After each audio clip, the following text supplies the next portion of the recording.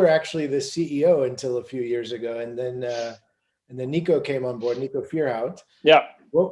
How did that's actually a very not exactly brave. It's like a lot of entrepreneurs have trouble. You have to let go a little bit, and Yeah. either You of see, I've got a little bit more gray hair, so yeah, that's an interesting topic, by the way. Like, what kind of learnings do you have? So, I think most engineers and tech people have the tendency to do stuff themselves by themselves, because that's why we do these things. Hey, look what I can do with code and with technology. But at some point, you need to realize that you might not be the smartest in the room, that you can only scale until a certain level. For me, that realization became quite early, because I was always kind of working in between people and kind of like a translation channel. So I always need other people around. I see myself more as a director, kind of like the movie directors. They have a vision.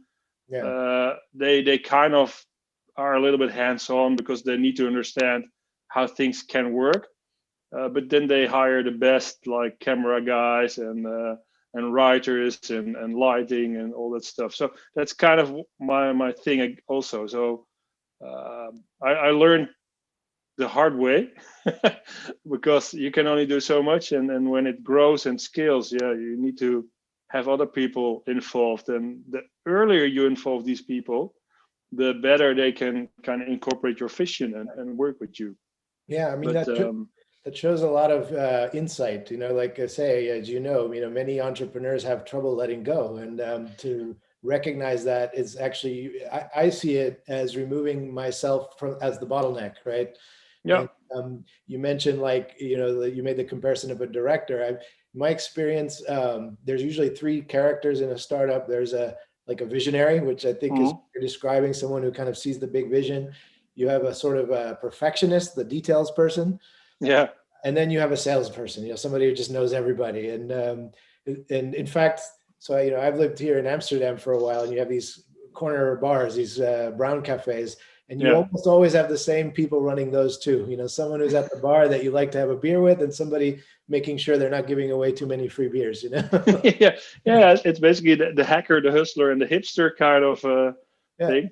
Yeah. No. I mean, when I was doing this with Tim, it made sense to be more of the CEO role, because Tim is we're doing infrastructure stuff, so he's much more hands-on and experienced in the technical side of things.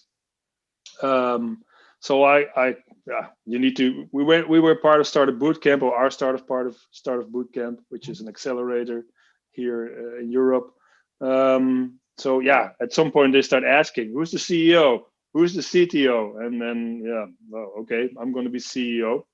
Although I'm quite technical, but okay, but I'm also more of a hustler kind of thing. I like to, if I believe in something, I can sell it. Yeah. Kind of. I really believe in what we do, and then I can explain it, and I can just sell it, basically. So it's more like a consultative selling kind of thing, I guess.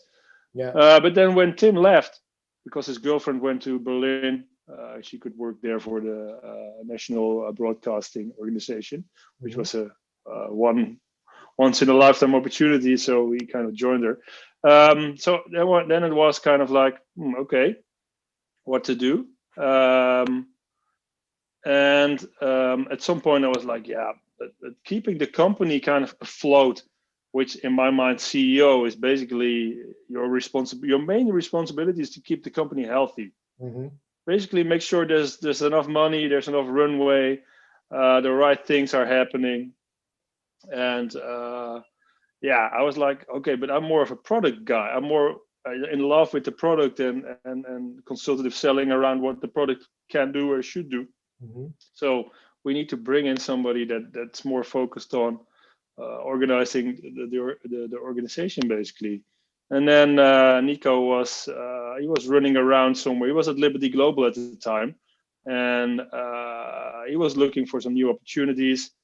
He didn't. I think he had the opportunity to go to Silicon Valley around the time, where he has like younger kids at the time. So he was like, "Moi, I don't know." But he was running, I think, the DevOps kind of department over there. So he understood all these challenges, and then he came to a presentation I did, and then he was like, "Wow, this basically checks all the boxes. I know these problems. Yeah. I have experienced them myself. So let's hook up." And so we started talking, and Nico started talking because he can talk, and I can talk too. So we started talking, and at some point we were like, "Let's do this." And I asked him, like, "Do you want to be my CEO so I can focus on the product side of things?" Like, I would, my formal role CTO, maybe you would need to call it CPO or something, with what's in these 3 letters.